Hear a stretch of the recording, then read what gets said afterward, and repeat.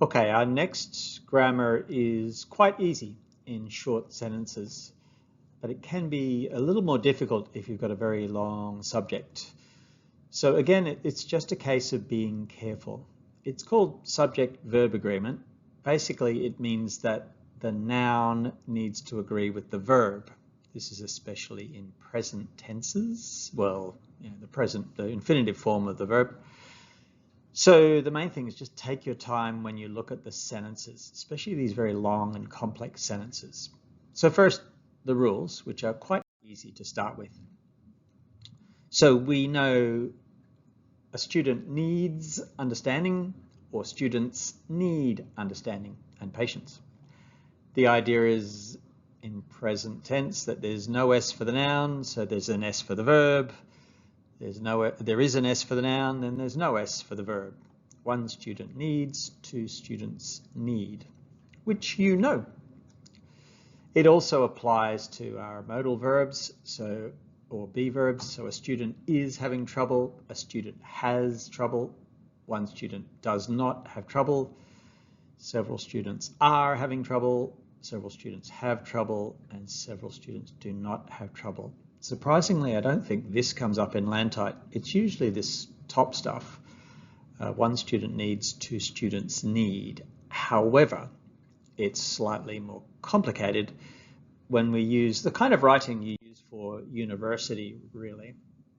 So far, still okay. Each and every student needs. So one student needs. 25 students need. So students, so no S for need.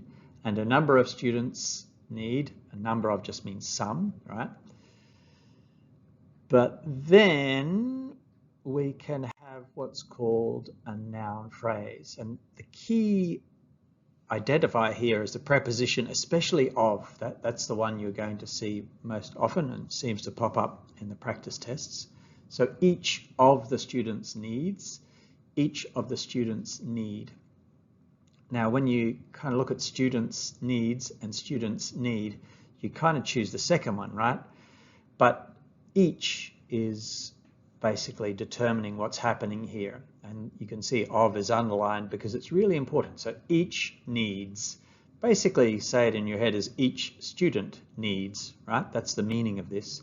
So don't worry about the last noun, worry about what's at the front of your sentence. Here's another example. So the number of students needs to be reduced, or the number of students need to be reduced.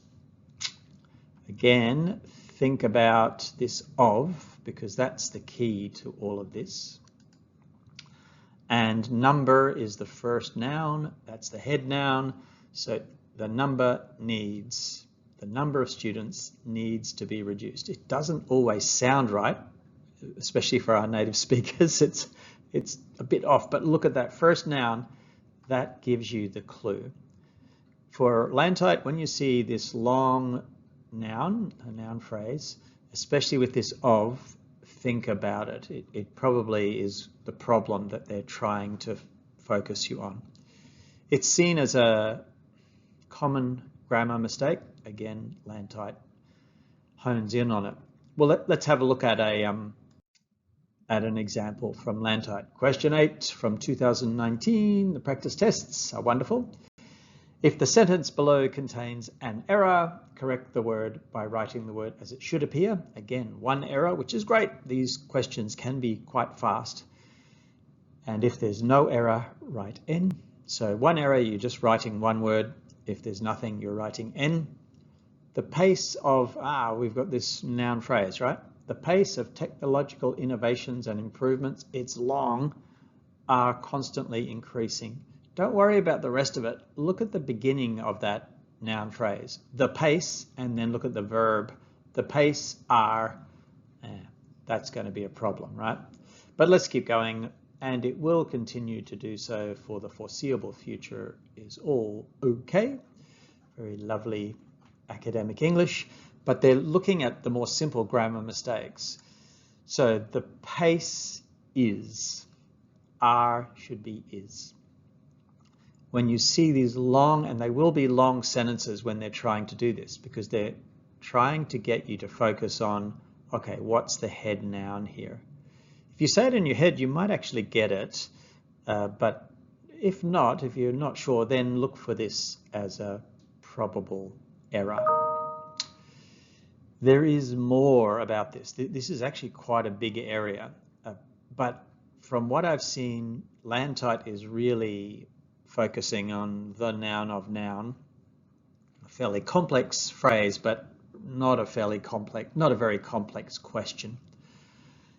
If you want to do more, there's a ton of stuff on the internet, and as you have probably already done, IXL is a great resource, really nice work, very clear, very useful. It's something your students will use, but find a website that works for you and go for it.